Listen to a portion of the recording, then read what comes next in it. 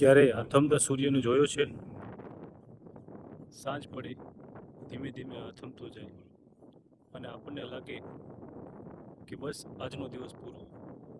પણ સૂર્યને ખબર હોય છે કે આથમવું એ અંત નથી, આવતીકાલના ઉઠવાની તૈયારી છે. આપણી જિંદગી પણ કંઈક આવી જ છે. ક્યારેક બધું સરસ ચાલતું અને અચાનક એવો સમય આવે કે લાગે હવે કશું બાકી નથી રહ્યું.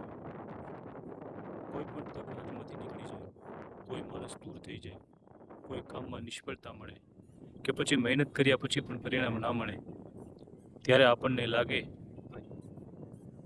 કે આ સમયને અંત માની લઈએ છીએ. પણ ભાઈ, સૂર્ય ડૂબવું પરમેનન્ટ નથી.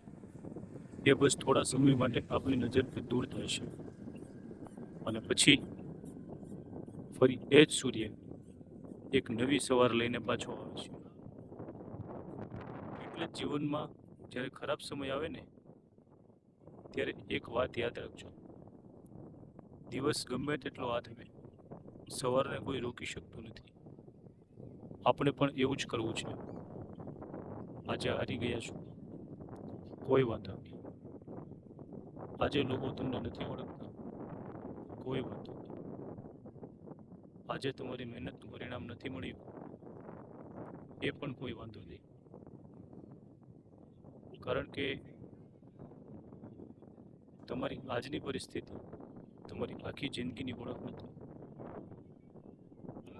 કાઠિયાવાડમાં કહેવાય છે ને, ઊંટ રેતીમાં ઢકાય પણ કુબડું તો બહાર જ આવે.